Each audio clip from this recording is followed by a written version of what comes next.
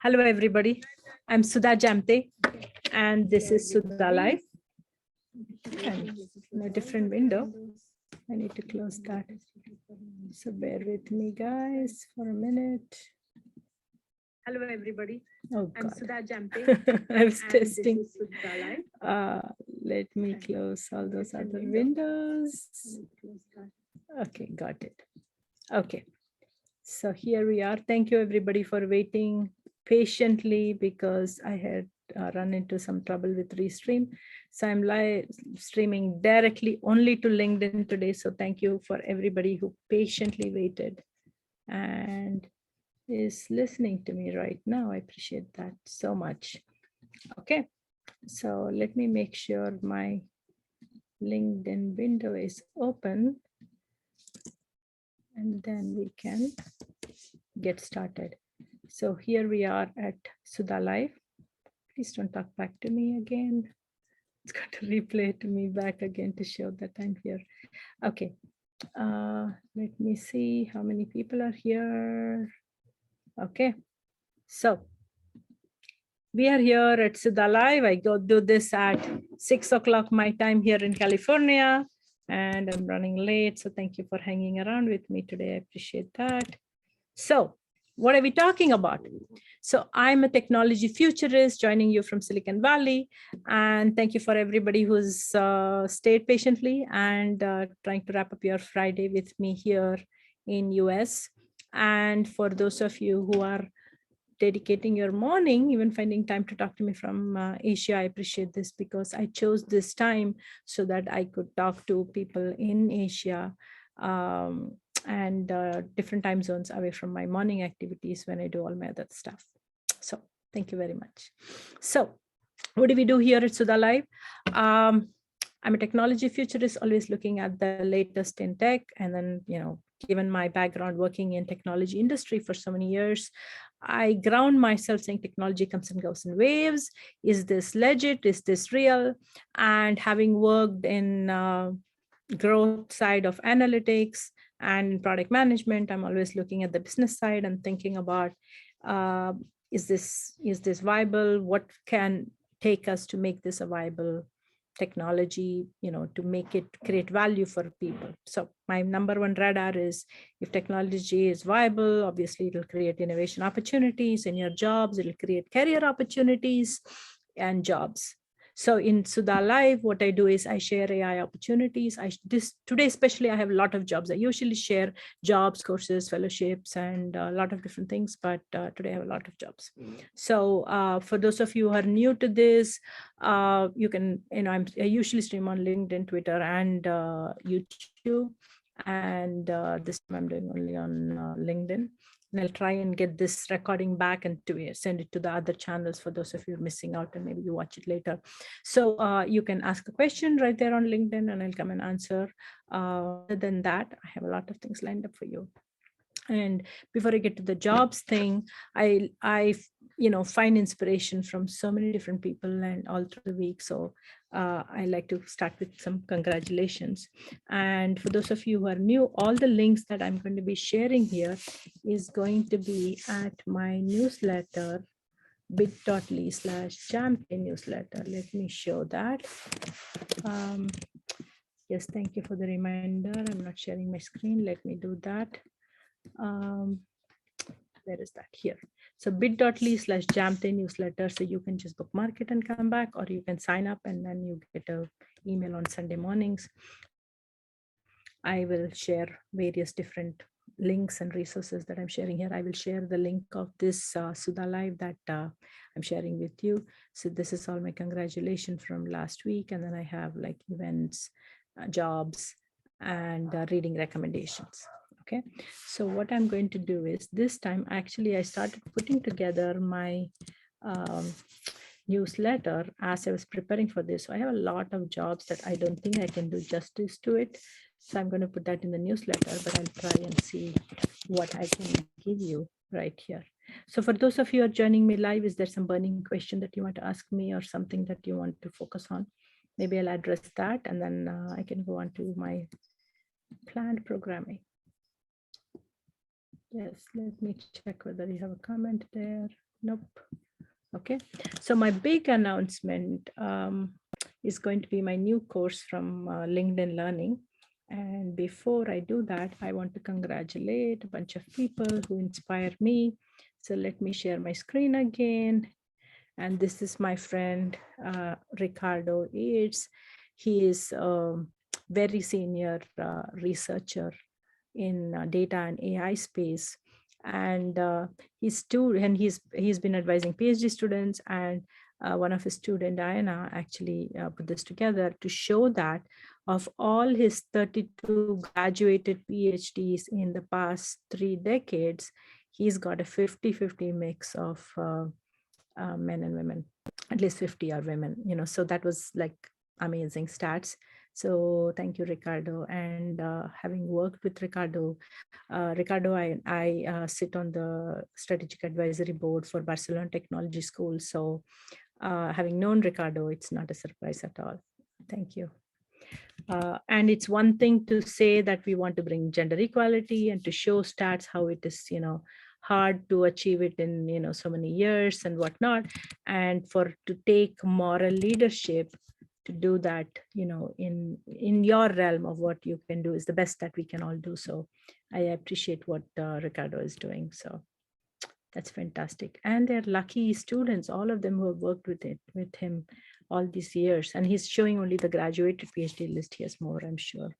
So I have few more women here who I came across.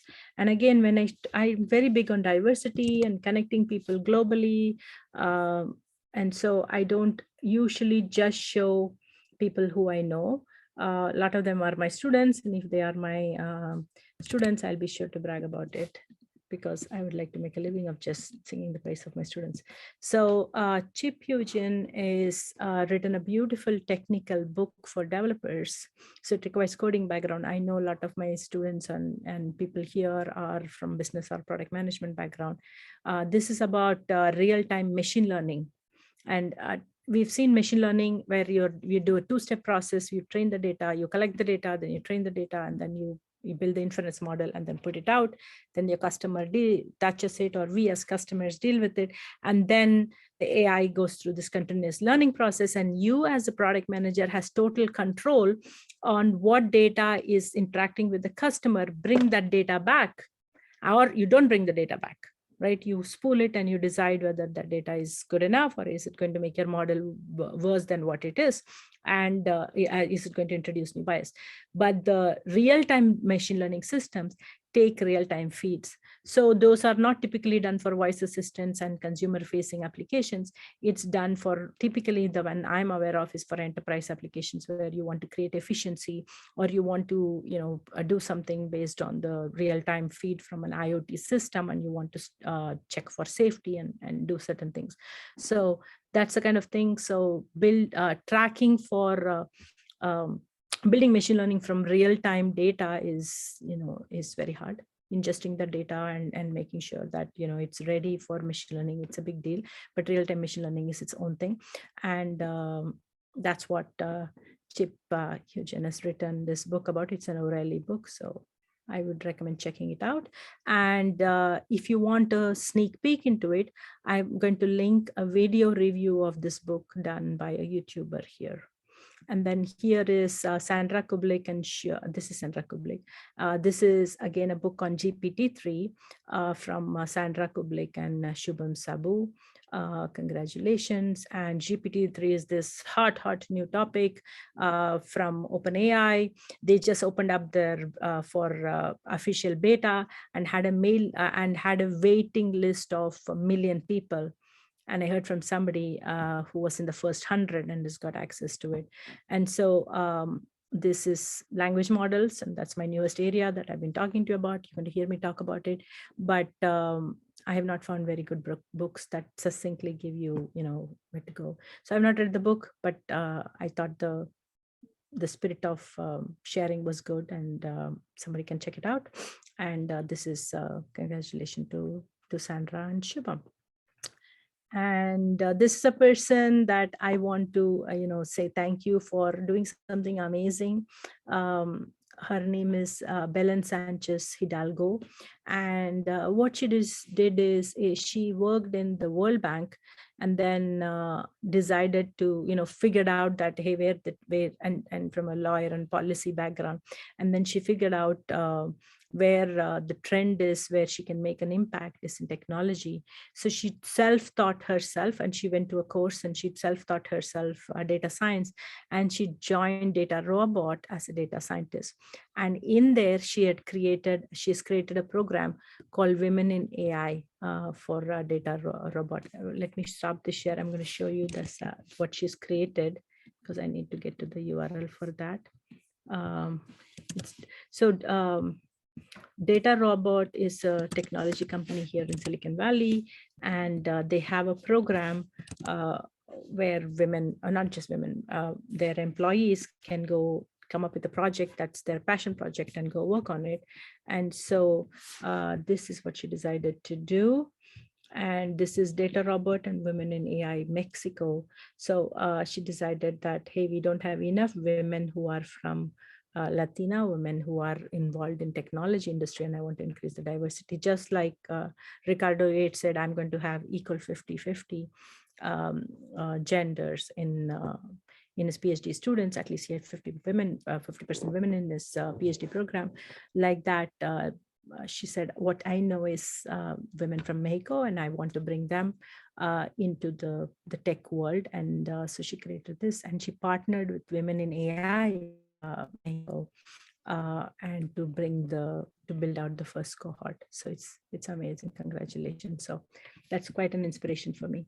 And I'm very big on, the thing with AI is technology in general. In the past could be built by somebody, and then you put it out as a product, and then you get feedback and you iterate and you can improve. But with AI, it's impossible. You can build what you want. You can build any kind of models. You can go publish them if it is unique, and or you can even start building it, but you cannot get an impact. You cannot get anywhere without real business acumen. And the same person who has the depth of technology is not going to have the whole business acumen. And so it kind of stops short.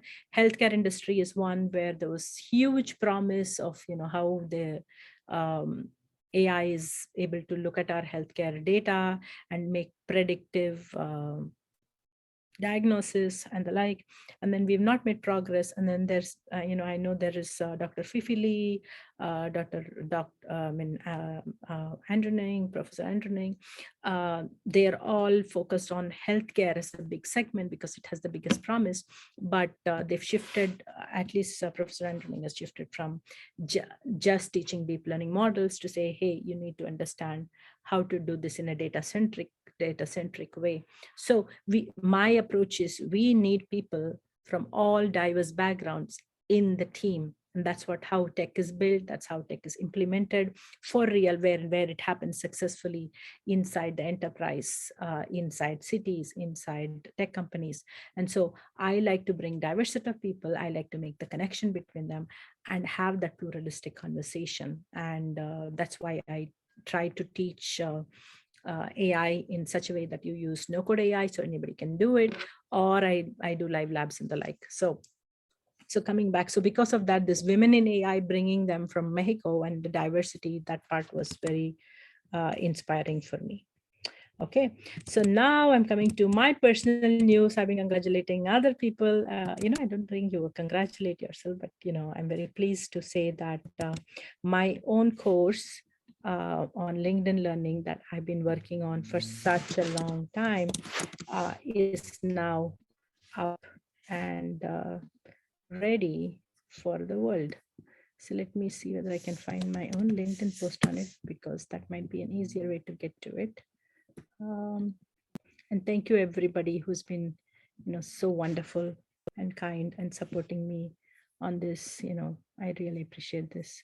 I mean, I was very, very pleased with the response I got from everybody. I've not been talking about nocodeAI. I've not been telling you about my work on this because it's been a labor of love, and it's taken so many months to get to this. And LinkedIn Learning is this amazing team. I love them. I love working with them. And I'm used to doing online classes. I teach live classes at Stanford, and I switched that to live online classes. Many of you know that. I teach live online courses also at Barcelona Technology School. Many of the things I do is live, and then to have a recorded course with a pre-production and a production team working on it was a different experience for me. And I'm very grateful. After so many months of work, this is a succinct 40 minutes course on learning no-code AI. And I'm thankful to Spencer Nichols, Steve Ways, and our director, Jason Hallows, who made this a reality, helped get the best out of me. Yes, thank you again for the reminder. I'm not sharing my screen. Let me go back. So I shared this on LinkedIn, and thank you everybody who's been so supportive of this. I appreciate that. So let me show you a little bit of the course. It's part of LinkedIn Learning, and I believe LinkedIn Learning, you get it from your premium account, or you get your courses on your premium account, or if your company is signed up for it. So I'm going to show you a preview of this. Again, I'm going to share my screen. So the course is called Learning No Code AI. Oh, I didn't mean to open that window. Just give me a minute. Okay. Here we go. And I love how the post-production team, they literally take everything.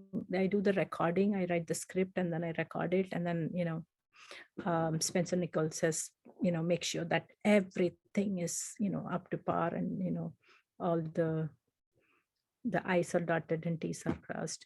But I still couldn't imagine what the course would look like with the right graphics and everything else once it went live. So I'm very thankful for that. Okay, so here is the preview of Learning No Code AI on LinkedIn Learning. My new course. Artificial intelligence in autonomous vehicles, sales and marketing, finance, HR, operations, all are built using data. Not just any data, but data that brings that business acumen of a person like you, who knows to delight customers and solve business problems. What if I told you you don't need a data scientist or an engineer to build AI for your business, and you can build it with zero coding? That's the promise of no-code AI. In this LinkedIn Learning course, I'll teach you what is no-code AI and what is not no-code AI, and 6 easy steps to build a no-code AI model using computer vision and machine learning. We'll practice with lots and lots of examples. I'll show you the landscape of no-code AI and how to pick the right tool for your business, and what are the business models to make the right trade-offs. I'll also tell you the jobs impacted by no-code AI so that you can use this to enhance your own career. I'm Sudha Jamthe. I'm a technology futurist and AI instructor at Stanford Continuing Studies and Barcelona Technology School, and a thought leader in artificial intelligence and autonomous vehicle space. I love mentoring and working with business leaders to innovate using AI, and can't wait to bring you into this fabulous world of no-code AI. Let's get started. Okay, so that's me. I actually feel so excited. I know that, this is not live. I mean, we are live now, but my course is live, but when you're watching it, I'm not sitting live with you.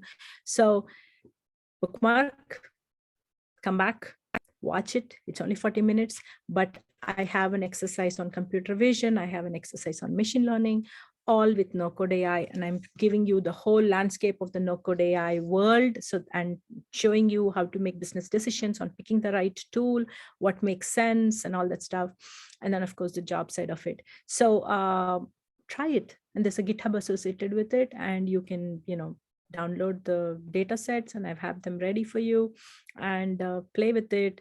And you can chat, I believe, in LinkedIn Learning, where you go to the course, you can, chat and ask questions, and I'll be watching, and I'll come and answer, and I'll be very, very happy to help you. And I want to see what you're going to build with it, because I'm giving an example with computer vision, my favorite dog versus mop example, and then the one with looking at defects in tires in computer vision, and I'm also showing one with Akio for machine learning on customer churn. So look at it. So help me figure this out, as you're looking at what kind of apps can you build, what kind of products can you build. Think about the AI models you can build. Okay, I'm going to pause and make sure that my puppy is brought back in because she's barking at.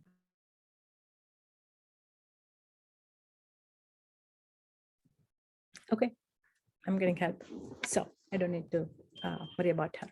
So back to this course. It's called Learning No Code AI, and I hope you will be checking it out. Bookmark it, come back, guys, because it's only 40 minutes, but since I have exercises, I believe it's going to take some time for you to kind of go hands-on and try it. And I'm so excited to see what you're going to do with it. Okay. Let me go back to what else I have for you. We finished our congratulations of the people who inspired me this week. It's a huge list. I just picked 2 or 3. The other thing that I've been thinking about is, I write once a month for automated buildings, and this August issue, I've written about digitization versus automation. It's automated building, so we'll talk a lot about automation, but I write about my general topics on AI and stuff. But this time, Ken, who runs the automated buildings, Ken Sinclair, automatedbuildings.com, editor of automated buildings, and who comes with immense experience in the automated building space, asked me this question: what does automation mean in 2020? So I just thought that's the article I've written. And I've written this in many of my books about how I see the AI in the car and autonomous vehicles and the AI in buildings in our home or office colliding, and with what is the learning from there. So I see this as one continuum out into the future, wearing my technology futurist hat, about AI is just going to be one AI talking to each other. And how you design that AI is a totally different thing, whether the AI is going to have agency or whether it's going to be automated and it is going to collaborate with our consent is left to how we are going to design it. But it's going to happen where there is discrete AI, and there are companies like Amazon who are building voice assistant in the car, voice assistants at home, and then they want to connect it. So as long as you log into Amazon, they can track you anywhere, wherever you go, and it's the same person. And they're just understanding the context based on whether you're in a vehicle, you're moving around, or whether you're going from one building to another. So that context is what everybody's trying to solve for. So that's a big question in AI. I'm making it look like it's easy, but it's not. To think of how the AI would connect across various locations and various contexts of what we want, where we are going, whether it's work or vacation, and our intent at that point, it's a huge problem to solve. So I've just written about this on automated building. So I will be sharing that also in the newsletter. I have a section called reading material where I will be sharing that. Remember the STOP, Surveillance Technology Oversight Project? I'm going to go back, share the screen with them. So this is a New York-based nonprofit, and I had invited you to an event where they were reviewing a law that was put out in New York about surveillance technology used by the police department, NYPD. And STOP is a nonprofit organization. And Rebecca Tweed was one of the organizers who introduced us to STOP and this event and everything. And so ever since then, I've been following STOP. So they've come up with their annual Surveillance Technology Oversight Project is the organization STOP. And they come up with an annual report on a 2021 snapshot. So that's downloadable. You can see that. And then given the Roe versus Wade fiasco in US about stopping federal support to abortion from the Supreme Court, there's a report on surveillance related to abortion and what could potentially be tracked based on location and apps and stuff. So they have a report on that. So I would recommend that too. And New York has a law, I believe it's called 411. Let me check that. Yes, it has 144. It's called, it's a local law called 144. It's New York City's law. And it basically goes live on Jan 1st, 2023. And the way it happens in US is usually when any law is put out, there is a comment period, and we as residents and citizens can comment on it. And we understand what it is about, and there will be different point of views, though the lawmakers do consider multiple point of views before they arrive at it. The comment period will actually like give them a wide range of people responding to it, saying what it means for how it will impact us. So we get to participate. It's kind of a citizen partnership democracy that we do.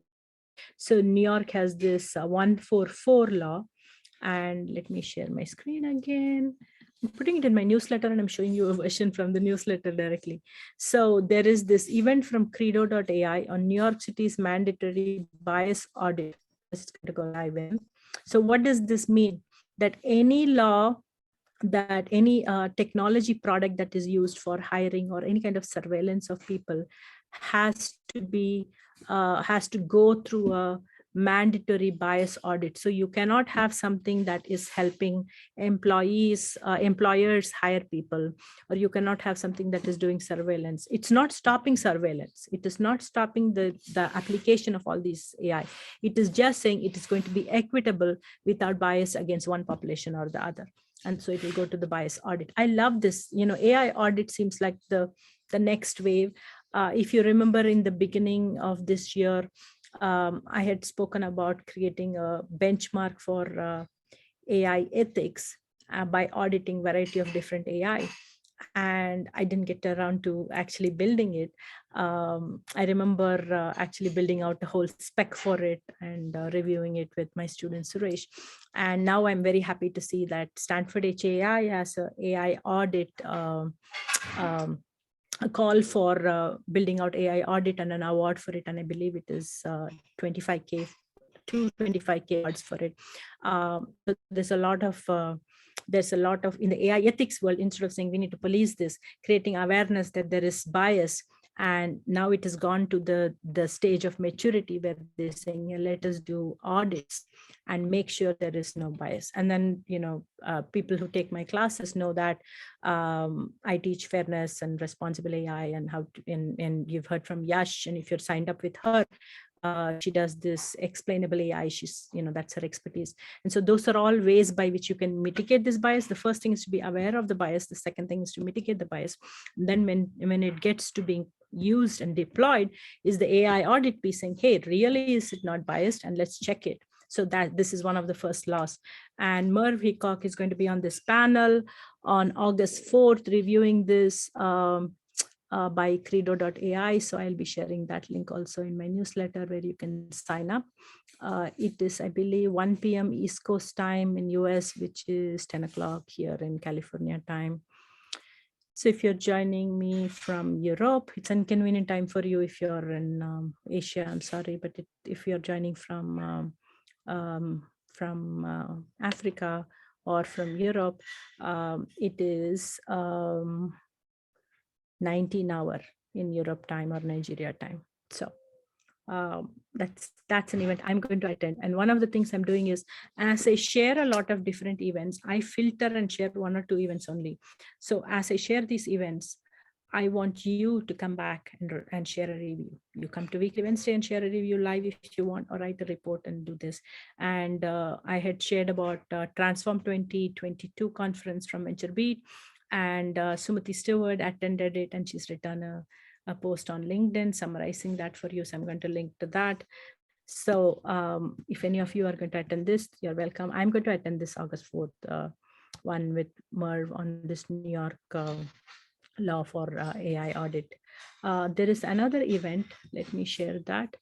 I want to show you the actual link to the event because this is an amazing new group I found out called LAN Africa. LAN Africa. Let me share the link here, and it's done such a beautiful site too. So it's called LANFrica, not LAN Africa, LANFrica. It's basically language and language models and Africa. And Perez Ogayo is going to be the next speaker on August 1st. And it's evening, their time. And this, if you miss it, they have all the sessions recorded. So this is the one from Shubhadra Vadlamanati. She goes by Shubha, and she spoke last time, and they have a whole series going on. And these are the amazing organizers. So congratulations to them, because they do such a good job. I love the website. I love their communication. I love their speaker series. Everything is like so well done. I can see the passion behind these people. And I got to find out about them because I'm looking at language AI and how to bring diversity to language AI. So thank you guys. I appreciate that. So hopefully, if it makes time zone sense, you'll attend or come back and watch the recording. But if you attend live, please, please, please share a little summary. And I'm happy to showcase that either in our blog or, link to wherever you have showcased that or written about it. I would appreciate that. And specifically, before I forget, I spoke more about the site. So this particular talk by Perez Ogayo is about building African voices. And she will work on speech synthesis for low-resourced African languages. What is low-resource languages? So when you look at language AI, they are called as high-resource languages or low-resource languages, any language in the world.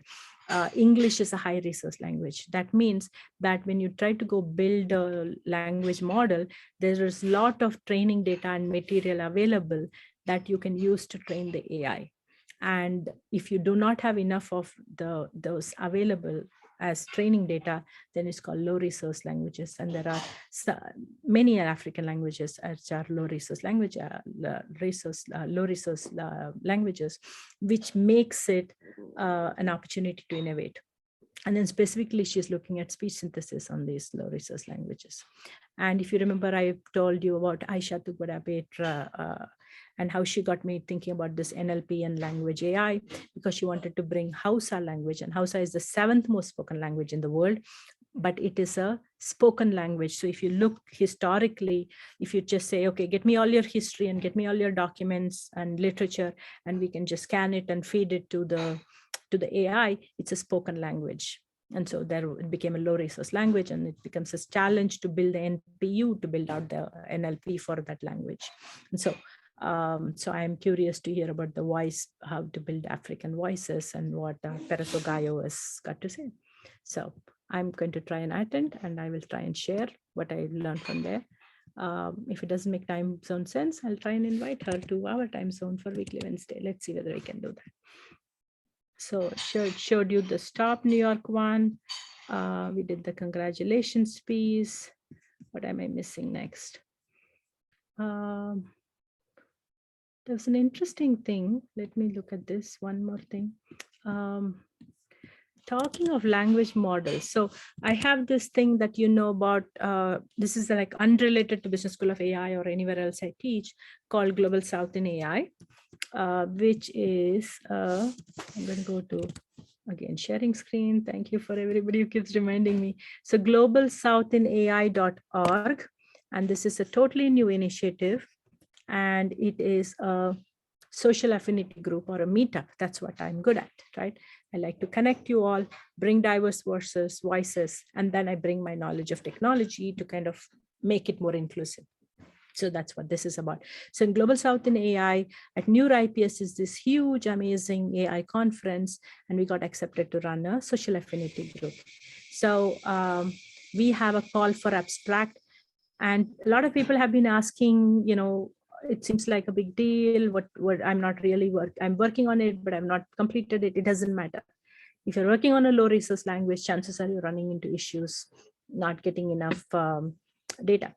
So you can focus on voice, or you can focus on data, or you can focus on, show me a hugging face model for your language, or something that you're working on, or show you or how you're decolonizing data, or how you're getting creative in creating data for a low resource language, or what you're working in voice. It doesn't matter.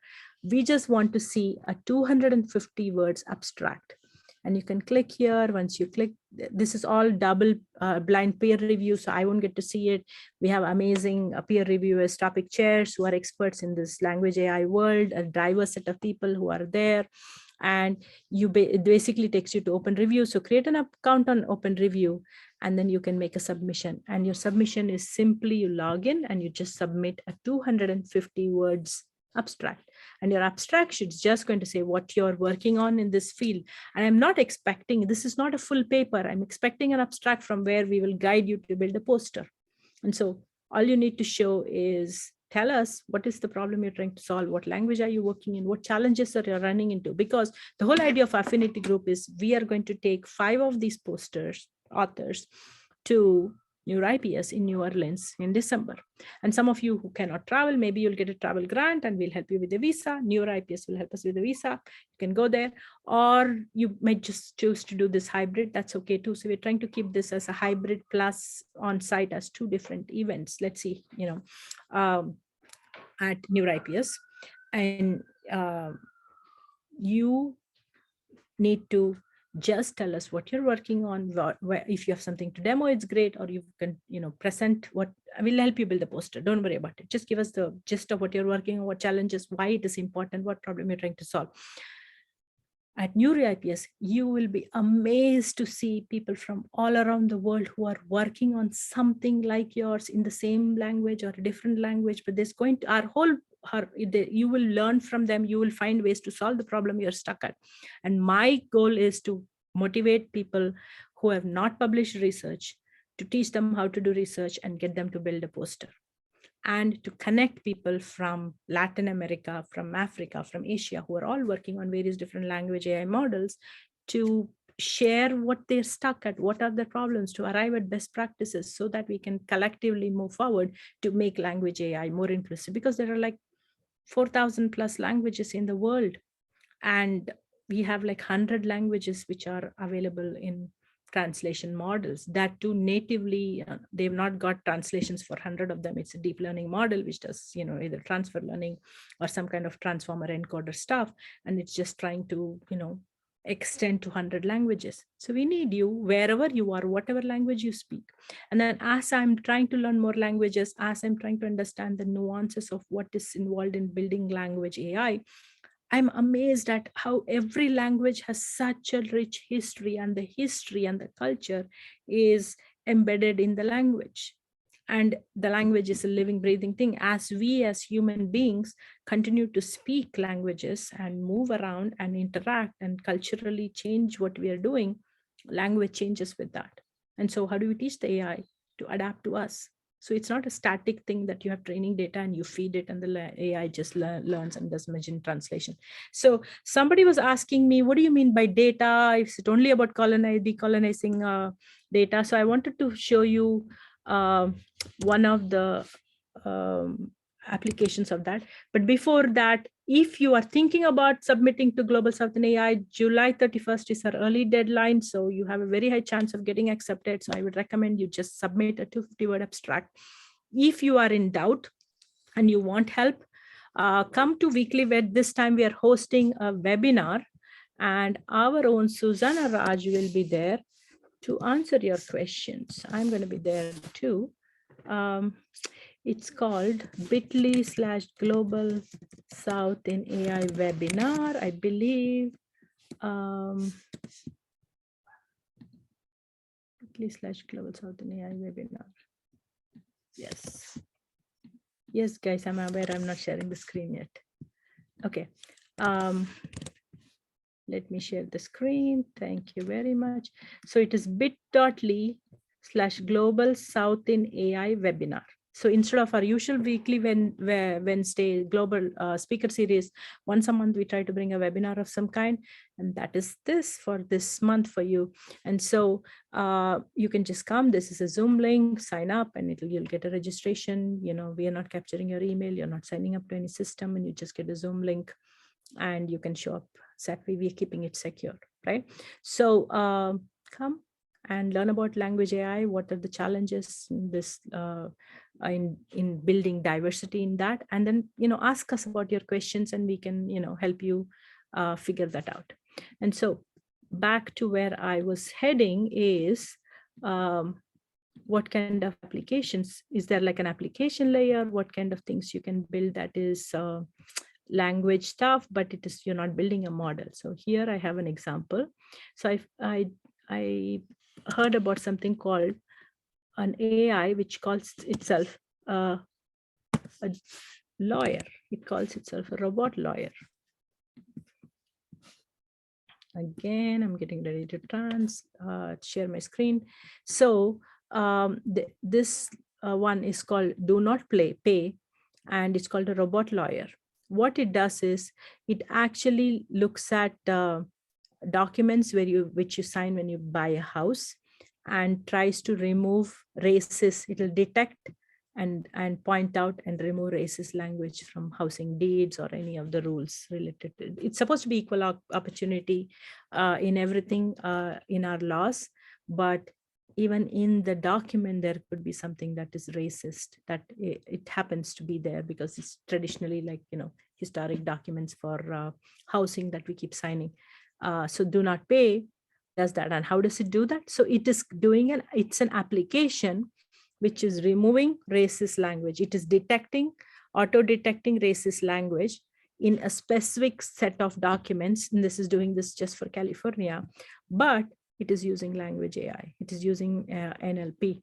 So that's the thing. So if you have an NLP application, which is in finance, which is in any area, right, that you say, hey, I'm going to use NLP, but I want to do this for a different segment of population, or I want to do this, bring this to the global south, or I want to do this in Spanish, or I want to do this in some other language. Talk to us, because that would be a great application. We would love an abstract from you at Global South in AI and bring you to NeuroIPS. So that's my 7 o'clock reminder of my robot cleaner beginning to move around in a very noisy fashion back again. So before we close out, the last segment is lots of jobs. I told you lots of jobs. I'm going to first show you the list, and then you tell me what you want to hear about. So there's a digital services manager job in government, local government in Boston. It's actually a product manager job. Then there is in MIT, there is a postdoctoral associate, it's called. It's again a product manager job. So sorry, this one is not more a product manager job. The digital services is about data and collaborating and getting clean data everywhere. So for you in a minute. Let me find that. I'm doing this live with you. Isn't that amazing? Now you see how sausage is made and how my newsletter comes about. Okay, so I want to show you the Boston job, digital services job. This is at the Metropolitan Department of Urban Planning. Metropolitan Area Planning Council seeks a digital services manager to lead the creation of online data tools, digital application, digital equity plans to support effective, efficient, equitable governance of Metro Boston. It's a beautiful job. So hope that you will consider it if that's your thing, right? I'm going to go back to share the remaining list. Give me a minute.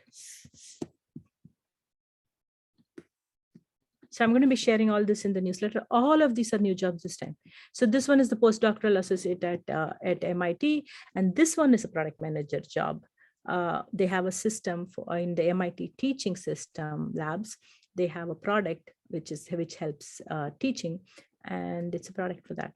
And then there is a director or professor of Autonomous Systems Policy Institute. This will be dear to all my students. This is in Syracuse University in New York. This will be dear to all my students who are into autonomous vehicles. So you need to have a knowledge of autonomous systems, autonomous vehicles, autonomous, AI agents and the like. So you're working on AI, you learned AI or autonomous vehicles, but this is a policy institute. So how do you bring that into policy? And then FTC has a whole bunch of jobs. This is of course US only, but it's all remote jobs. So you can be an engineer, a product manager, or a UX designer, or a researcher, or content strategist. There's all kinds of jobs, and they're calling it all technology jobs, but variety of different roles in FTC. And then this one was interesting. This is Beta New York. I'm going to show you that one. Let me get the URL for that also, and stop sharing and show you just that screen. Here we go. So this is an organization called Beta New York. and they're hiring a civic innovation lab director. It's again New York. I've been showing a lot of New York. New York City is it's technology, open data, civic design community that started out as a meetup. In 2009, they were a meetup. And then it's now a nonprofit, and it's grown well. And they've done strategic partnership with the Manhattan Borough President. And it's an evolving technology and design lab. And this is an amazing opportunity if you're interested in local government and data and research. They've launched a service called Research and Data Assistant Request for Local Government, elections, community boards, and community organizations. So they're doing amazing creative stuff. So the focus of the lab director, they have it here. And this is a beautiful job. And they have a lot of information on the breakdown of the job and everything else. And they paid pretty decently. So yeah. Okay, so that is one. Let me see, what else do I have? I can't go over the whole list, guys. I told you there's too many jobs this time. The one other thing I did is people loved the jobs that I shared for director product management enterprise for LinkedIn. This is an older one. Couple of them for NASA CTO. I actually showed you the video of the hiring manager talking about this job. So some of you said, hey, it helps to know the hiring manager, who the hiring manager is, at least look at their profile or to understand whether we can get a referral and the like. So I decided to do that for some of the jobs. Doesn't mean I know the hiring managers, but I got it for you anyways. So the LinkedIn Director Product Management Knowledge Graph product, it's Sunnyvale based. It's also a hybrid role. The hiring manager is Robert Sare. Then there is another one, Product Management AI. I shared an earlier LinkedIn Director Product Management AI job before. This one is with Monica Lewis. And it can be in fully remote, or it can be in Sunnyvale, in San Francisco, or New York, or in Seattle, Bellevue. And Monica Lewis is a very mentoring kind of product leader. So I would love to work with her. She's amazing. There's a bunch of other jobs that you can see. This one I mentioned last time, to build autonomous vehicles in Chicago. I've not heard back from any of you. If you're interested, I can share more of that. This is another one. This is the Trust Project. I'm going to share this. There is a bunch of other university jobs. And let me share this Trust Project one. And then I have one more thing, and then I'm going to wrap up because the jobs is taking a lot of time. But I hope you find that useful. And I find that even if you're looking for a specific kind of job and you say, oh, this is in New York, I can't be in New York, still look at it. And if sometimes they talk to you and you can make it work for remote, they can, if the levels are not right, they'll make it work for you. You never know. So I would say, if you are serious about career pivot, or if this is your field, don't walk away from a job opportunity. So this is the Trust Project team. They're an amazing nonprofit who actually work on, this is by the leadership is Sally Lehrman. And she started this out saying, why can't we make news trustworthy? And so it's a journalism project, and they came up with 8 trust indicators. It's very well known, the Trust Project's 8 trust indicators.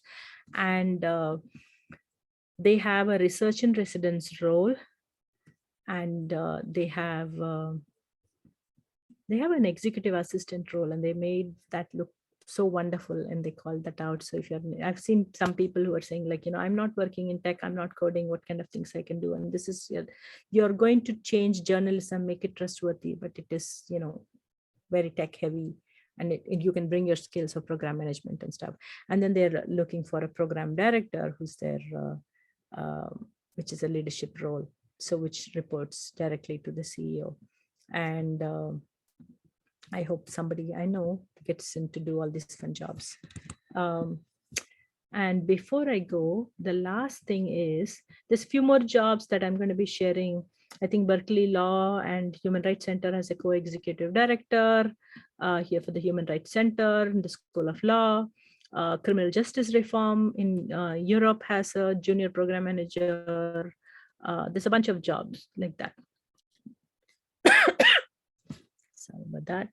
And let me see, before I close out, these are the things that I collect, things people send my way, but you know who's a guru in the space with the jobs and, you know, unbelievable number of jobs? Rebecca Tweed. I always tell you to follow Rebecca Tweed. And let me go show you that. Yes, I'm not sharing. I know that. Oh my God, guys. Here. So Rebecca Tweed said, I've added 43 roles to the responsible tech job board. And she doesn't do any AI, it's responsible tech. And she's been doing this forever. Unbelievable how much, you know, and she sifts through this, and it's good quality stuff with a lot of details. And so she's sampled a few, say, technologies for the public good.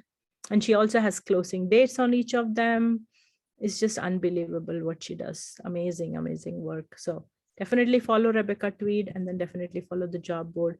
And she's a program director at All Tech in Human. All Tech in Human is doing some amazing stuff. So if you're not part of the Slack group, you should check them out, I would say. So with that, I'm going to wrap up. I hope you'll check out my LinkedIn nocodeAI learning nocodeAI course. Bookmark it, come back and watch it and do the exercise and ask questions. And I want to help you. And come for the webinar on language AI. What's the big deal? What's the challenges in there? And where are the opportunities? And come ask questions on Global South in AI. This is going to be our real face-to-face round with people who are interested, who are thinking about this, because it's 250 words abstract. It can take you, you know, an hour to do that. But if you're working in that space, think that's yours. We want to hear from you so that we can bring a diverse set of people, and every accepted abstract is going to, you know, we'll guide you to build a poster. And once you have your poster, the proceedings will go up online at Global South in AI at New IPS. And 5 of you get to go with me and Susanna and everybody else to the New IPS conference. And it's an amazing conference. It's going to be an amazing experience. So don't worry, wherever you are in Africa or Latin America or Asia, or you hear this through a friend, and come find this. It doesn't matter. globalsouthinai.org, and come to our webinar on Wednesday, bit.ly/globalsouthinai webinar. We also have a LinkedIn event, and I'll put all this in the Jamthe newsletter, bit.ly/Jamthe newsletter. So with that, I'm going to wrap up.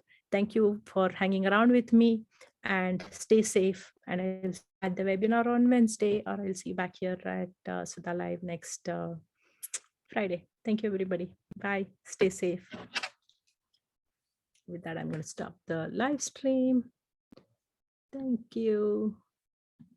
Stopping the recording. Bye-bye.